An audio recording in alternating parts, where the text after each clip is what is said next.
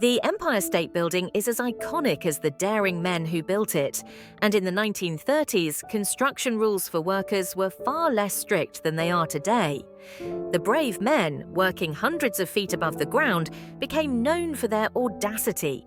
They moved girders, riveted steel, painted, and even took breaks high in the air, sometimes napping on the beams.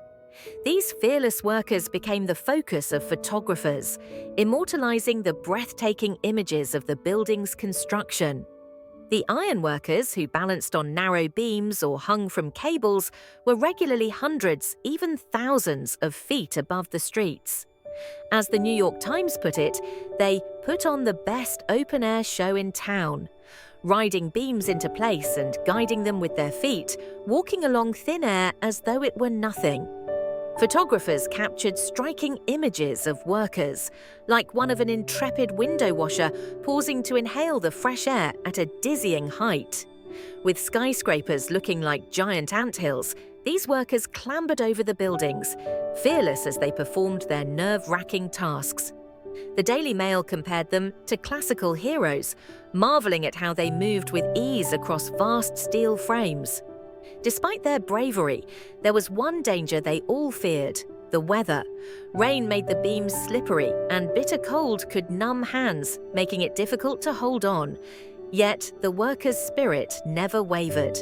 The Empire State Building was completed in 1931 after a construction period that saw more than 3,500 workers at its peak, with 3,439 working on a single day in August 1930. Many of these workers were Irish and Italian immigrants, with a significant number of Mohawk ironworkers from the Kanawake Reserve near Montreal.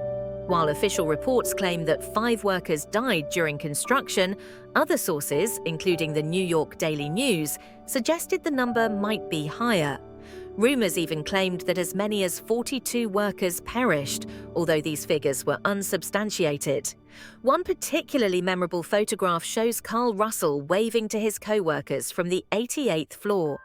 The photographer risked his life climbing a derrick to capture this moment, showing the workers against the backdrop of the bustling city. See below. The Empire State Building was not just an architectural marvel, but a testament to human determination.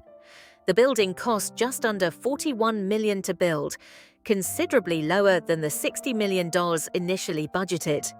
Despite the economic challenges of the Great Depression, the project finished ahead of schedule, officially opening on May 1, 1931, 45 days ahead of the projected date.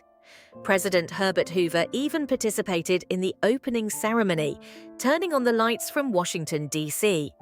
At 1,250 feet tall, the Empire State Building held the title of the world's tallest building for decades.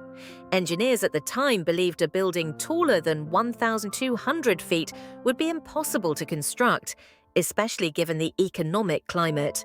Though it was technically feasible to build a tower over 2,000 feet tall, it was deemed too costly during the Depression. As the tallest building in the world and the first to exceed 100 floors, the Empire State Building became a symbol of New York City and eventually of the nation. It took until the 1950s for the building to become profitable, but it eventually succeeded in attracting tenants, bolstered by its growing reputation. A 222-foot radio antenna was added in 1950, allowing the building to broadcast television signals across the city. Though it took time, the Empire State Building's grandeur and resilience would ultimately become synonymous with the spirit of New York itself.